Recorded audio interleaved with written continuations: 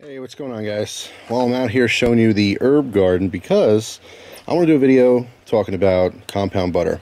Compound butter is something that I make on occasion. I don't always do this, but it's a nice way to spruce up something that's really plain and simple, like vegetables. I'm trying to clean out the fridge and eat some of the food before it goes bad. I have some vegetables that I bought that I didn't get to yet, so I have some corn I'm going to grill up later. But instead of just, eating it plain or throwing a little salt or a little bit of butter on it, I want to do something that's a little bit more flavorful. So I'm going to make some compound butter.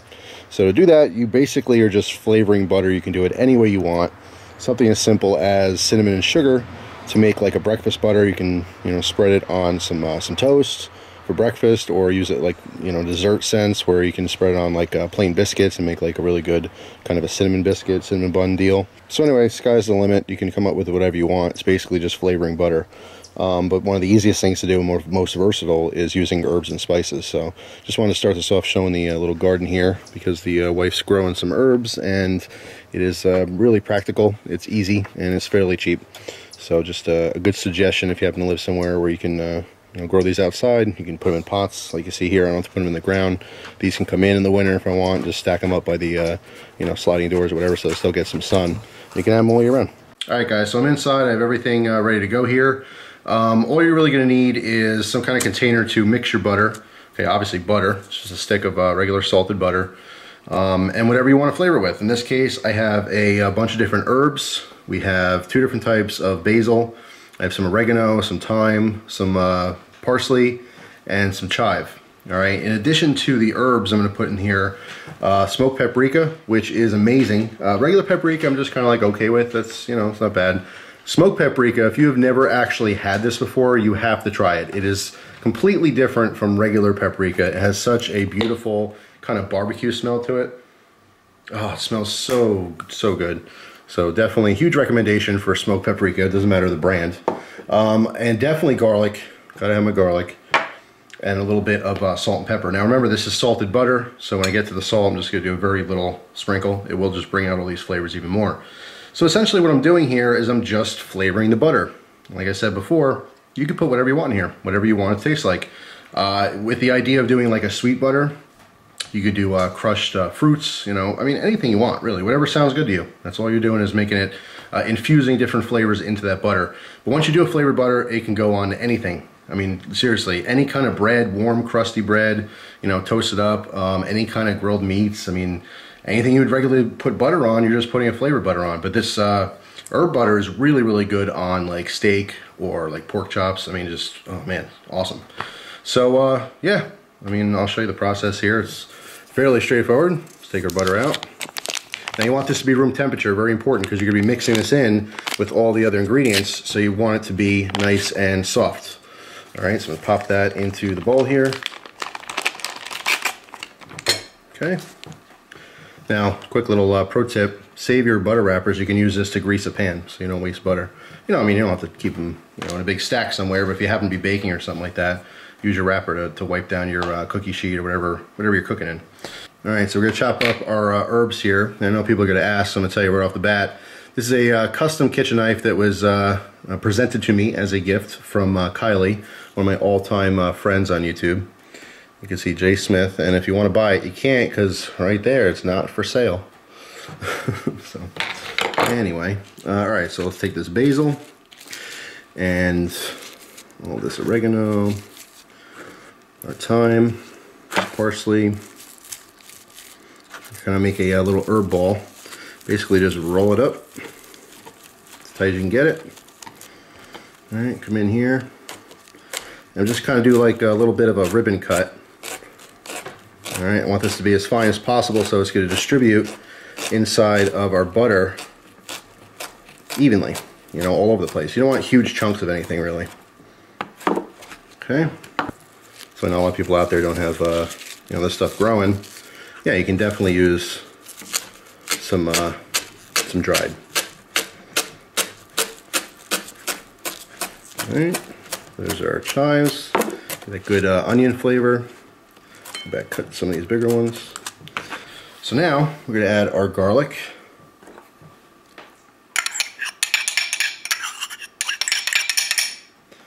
And our smoked paprika.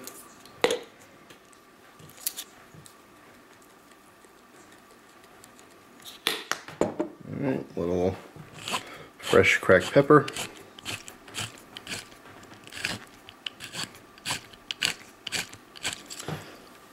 And of course a little salt. Like I said before, I'm going to go a little easy on the salt. Just a little pinch. Alright, so now all we're doing is mixing this up. It's really simple. Now of course I'm using 1 stick here. You can do 5 sticks, 20 sticks, it just depends. And this really is to taste. You want to have enough in there so you do taste it in the butter. But of course you don't want to have too much, so it's like overwhelming the butter. You're just trying to infuse those flavors. So even though it's room temperature, it's still a little bit on the rough side here, so I'll spare you the boring mixing part of this. So we're going to mix this all up completely until it's completely incorporated and nice and smooth. Alright, so I'm back. Now what I did was I ended up adding another 1/2 stick. So now this is a 1.5 sticks of butter. That's just because of the ratio of flavorings to butter. You know what I mean? I still want it to be butter. It was a little bit heavy in the other ingredients. So basically just mix this together. There's a couple little chunks of just solid butter. That's totally fine if you can see that throughout. But you want to make sure it's just pretty well incorporated. Alright, so next step is to get some wax paper. Alright, dump this in the middle of it. And you can use this as is. I like this little step here just because it makes it easier to distribute later. What you want to do is fold this over. Okay, and you'll be squeezing this into a log of some kind. Okay, so roll it over. Now on the ends, you want to twist the end. And do the other side. Okay, now as you twist this together, it's going to compact it into kind of a round log, like a little sausage shape. Alright, so now you throw this in your refrigerator and you let the butter solidify again, because right now, remember, it's super soft. Although you can use it like this, it's easier to get it to firm up a little bit. So keep this in the fridge, and I'll show you the end result once I get that corn cooked up. Alright guys, so it's been a little over an hour, and I got some corn grilled up. Here's our compound butter. Alright, so you can see, I mean, the texture is kind of firm. Still has a little bit of give. This isn't cooling up or solidifying as fast as you want. You could put it in the freezer. And by the way, if you noticed, before when I had that bowl, there's a lot of butter in the bowl, so don't waste that too. You should use that for something as well. You can see, now this butter is holding its shape. Okay, of course you can leave it in the wrapper here if you want. You don't have to use the whole thing. And then you're basically going to cut a slice. Now you can see it almost looks like a sausage. Some of that butter is just straight up butter, and a lot of the color is where it's totally integrated. Alright, so throw that by your corn. Get the stuff out of the way here. Alright, you put it on the plate and roll the corn in it. Or stick it on the fork, of course. Baste your corn. And as the butter melts, those little delicious bits like the garlic and the herbs and stuff are just going to stick to it.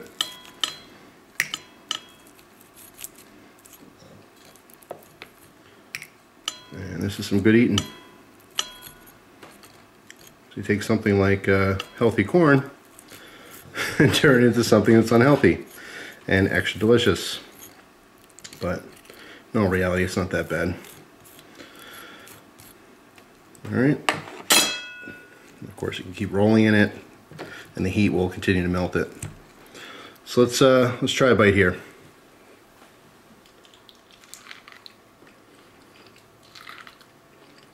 That was damn good.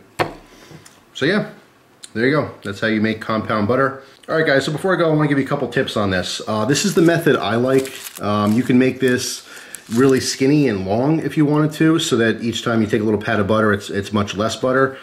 This method is just something I've always done, but keep in mind this will hold obviously any container you put it in.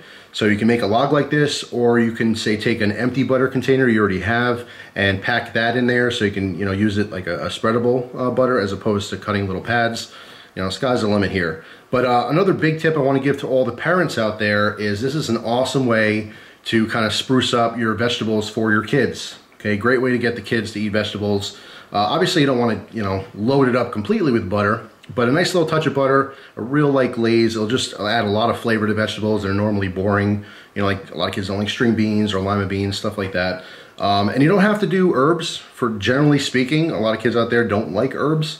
You could do something as simple as just a little bit of garlic and some Parmesan cheese, you know, and use that on, say, you know, lima beans or string beans, carrots, whatever. Whatever sounds good to you. You can put a little brown sugar in the butter and make a very light glaze for something like carrots. So, I mean, you kind of mix and match the vegetable with the appropriate flavors. But yeah, it's a great way to get kids to eat their veggies. And although you are adding butter, and someone out there is going to mention, well, you shouldn't give your kid lots of butter. Yeah, that should be obvious.